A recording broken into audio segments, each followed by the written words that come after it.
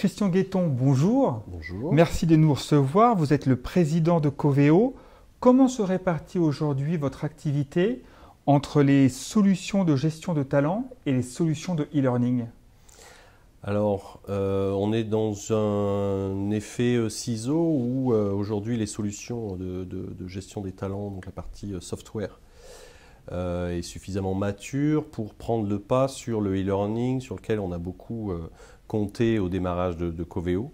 Donc aujourd'hui, on est sur une courbe qui s'inverse avec plutôt 60% de logiciels, 40% de e-learning, digital learning pour englober le tout. Où en est votre expansion internationale?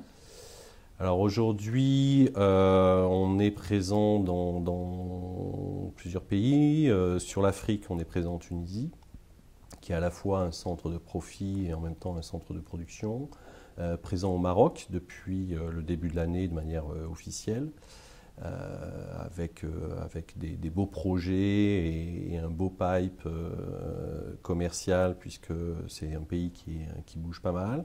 Et puis présent en Russie déjà depuis quelques temps, avec là aussi l'accompagnement notamment d'entreprises françaises comme Auchan, Leroy Merlin, Attaque, Alstom, etc., avec là notre double compétence à la fois de solutions de structuration RH pour des pays en pleine croissance et puis la capacité à répondre aux problématiques de formation, d'homogénéisation des compétences et des talents sur ces pays-là. N'est-ce pas difficile pour une start-up française de sortir de nos frontières?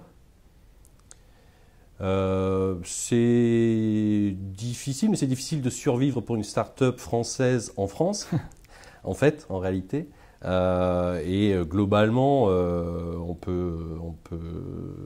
n'a pas à le cacher. Je pense que l'international fait que Coveo est aujourd'hui à la dimension que l'entreprise est.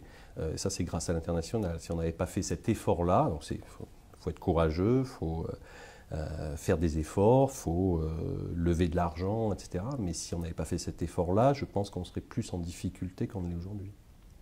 Comment analysez-vous l'évolution du marché des serious games? Gartner avait très bien prévu ça avec sa courbe classique. Donc on en est aujourd'hui à la phase de structuration où l'effet de mode a un petit peu passé, c'est rentré dans les mœurs, ça fait partie des outils qui deviennent traditionnels. Et aujourd'hui, effectivement, seuls les acteurs performants, expérimentés, continuent à avoir une place prépondérante.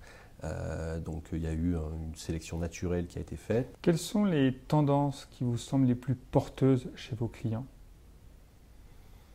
Alors, il y a des tendances et des contraintes. Dans les contraintes, il y a l'évolution, mais il suffit de prendre le TGV comme vous avez fait tout à l'heure pour voir qu'on n'a plus que 30% des gens qui ont un PC versus le reste qui est sur tablette.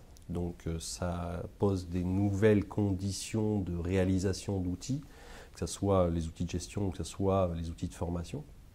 Donc ça nécessite une nouvelle écriture, une nouvelle approche scénaristique, des nouvelles contraintes technologiques qui font qu'on est obligé d'intégrer tout ça. Après, les sujets de fond qui concernent à la fois la RH et la formation, c'est, je pense, assez rapidement, c'est d'arriver à mesurer la performance et la pertinence des actions qui sont menées. Chacun doit rendre des comptes, en situation de crise qui plus est. Et aujourd'hui, il faut qu'on fasse à la fois des outils de formation pertinents qui vont pouvoir démontrer un vrai retour sur investissement et avoir des outils qui permettent de mesurer ça. Christian Guetton, merci beaucoup. Merci à vous. Et bonne continuation. Merci.